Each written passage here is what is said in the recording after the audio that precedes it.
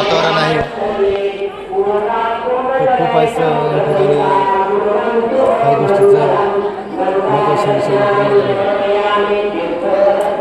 या ठिकाणी भरपूर काही लोक असे येतात आणि शनिदेवाचं दर्शन घेऊन जातात। अहो एवढंच काय, शनी शिंगणापूर म्हणजे एक रहस्यमय ठिकाण आहे।